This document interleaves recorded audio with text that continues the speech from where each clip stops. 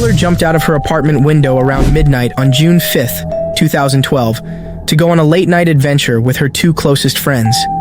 This was meant to be a fun girls' night out, but Skylar never returned home. So this is Skylar Neese's horrifying story. Hang on till the end to discover the end of a journey with a happy beginning. Skylar Neese was a young girl who had never made any enemies. Not only was she exceptionally intelligent for her age, but she was also very wise. She was as honest and straightforward as that of a teenage girl could be. Reading was one of Skylar's passions. She was able to spend hours reading a book. In addition, Skylar worked at Wendy's, a job she seemed to have enjoyed because she never skipped a day. Skylar also had a very good friendship with Sheila and Rachel. The trio did everything together. It's actually challenging to find individual pictures of any of them online because they're almost always together. These three embodied the epitome of friendship. They also attended University High School in Morgantown, West Virginia, together. According to reports, Skylar and Sheila had been friends since they were just 8 years old. However, during their freshman year of high school, Rachel would join the two, quickly becoming a vital member of their friendship circle. By May 2012, cracks were beginning to appear in the three girls' relationship. This was demonstrated by a tweet that Skylar posted in which she stated that her friend had assumed she would never learn about something, but it's unclear exactly what this something was. A few days later, she tweeted another in response to this one. However, with that tweet, it appears like Sheila and Rachel were growing close friends, which Skylar wasn't happy with and began to feel jealous about. Even according to one of Skylar's classmates, Skylar and Sheila had been fighting non-stop for the past few months. With all of these occurrences, Skylar's parents' lives were drastically changed on July 6th, when they awoke to discover that their daughter had disappeared. When she did not show up for work later that day, her parents realized something was wrong.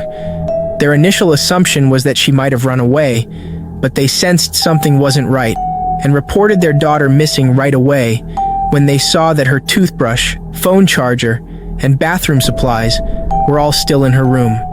Soon, CCTV footage would surface, showing that Skylar made it out of the bedroom window of her apartment on July 5th at around midnight. She was observed getting into a sedan, but at the moment, nobody knew who was driving the vehicle. This was the last time Skylar was seen alive. However, Sheila gave Skylar's mother a call and told her what had happened the last time she had seen Skylar. Sheila claimed to have suggested Skylar leave the house secretly so the three of them could spend the evening together, taking drives around Star City and generally having fun. Sheila also said that Skylar was dropped off just before midnight, telling Skylar's mother that she and Rachel brought her up during that evening at about 11 p.m. However, the nighttime CCTV shows that Skylar actually left the apartment at precisely 12:35 and never came back. Over the next few days, Sheila would visit Skylar's home in an attempt to help find her and gather any clues or evidence, but nothing turned up. Since Rachel had been sent to a summertime Catholic camp, she had not been present during this period.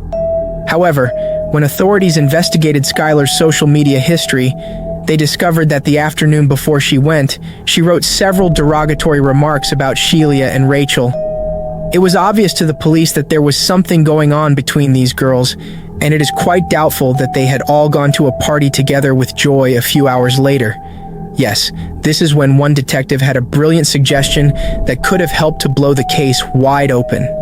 Even though the police lacked strong evidence to indicate that Sheila and Rachel were engaged in Skylar's disappearance, he developed a strategy to encourage the girls into confessing, if they were indeed involved. He decided to create a fake online profile, disguising himself as a teenage boy who went to West Virginia University. He became friends with Rachel and Sheila on Twitter and Facebook, giving detectives essentially unlimited access to the suspects' profiles. They were going through Sheila's social media when they came across a picture that took them by surprise. She had shared a photo of her car, which had a striking similarity to the one that had picked up Skylar that evening. However, this may not seem like much of an accomplishment, considering that Sheila had already informed Skylar's mother that the three had been out partying the night when Skylar vanished. Combining CCTV footage from all throughout the area, police were now looking for videos of Sheila's car close to the places she claimed the three had visited that night. Yes, They hadn't visited any of the locations they claimed they had. Sheila stated that they had spent the evening together in the eastern part of the city, but the CCTV tape showed them to be on the western side. Even though evidence demonstrated that the girls were lying, it was insufficient for any charges. However, at that point, the unimaginable occurred. One of the suspects revealed the true events that occurred that night. The police station received a 911 call on December 28, 2012. Rachel's mother made this call. Rachel can be heard constantly yelling, "This is over," and pleading with her mother to give her the phone during the call. Rachel even had enough when the police showed up. She was prepared to open up all the info because she could no longer keep things a secret. She revealed to the detectives that she and Sheila had killed Skylar.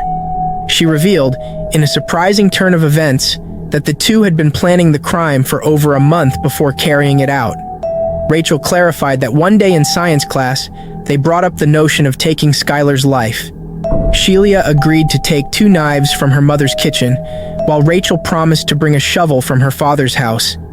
They each brought a change of clothes and cleaning materials as well. Then they made up a scheme to induce Skylar to come to hang out with them that night. They said they wanted to find a place in the woods where they could hang out and smoke once Skylar got in the car with them, and Skylar agreed to this plan. The 3 of them made their way into a wooded area. Sheila and Rachel were following closely behind Skylar, who was taking the lead. Then, without any notice, the 2 started to attack Skylar. At one point, she managed to escape from the 2 and try to get away, but the girls ultimately followed up on her and repeatedly struck her.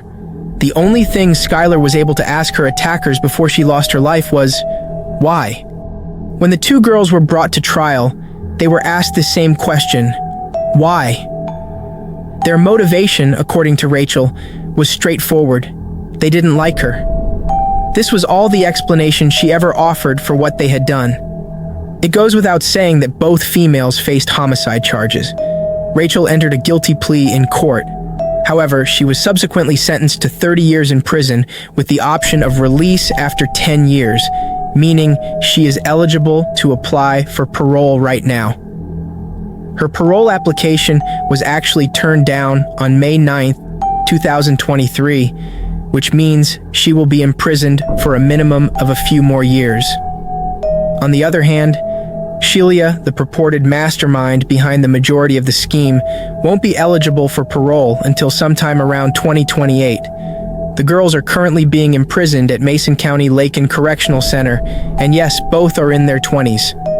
Skylar Neese's death serves as a sobering reminder of how fragile trust can be, and how important it is to notice warning flags in young people's relationships.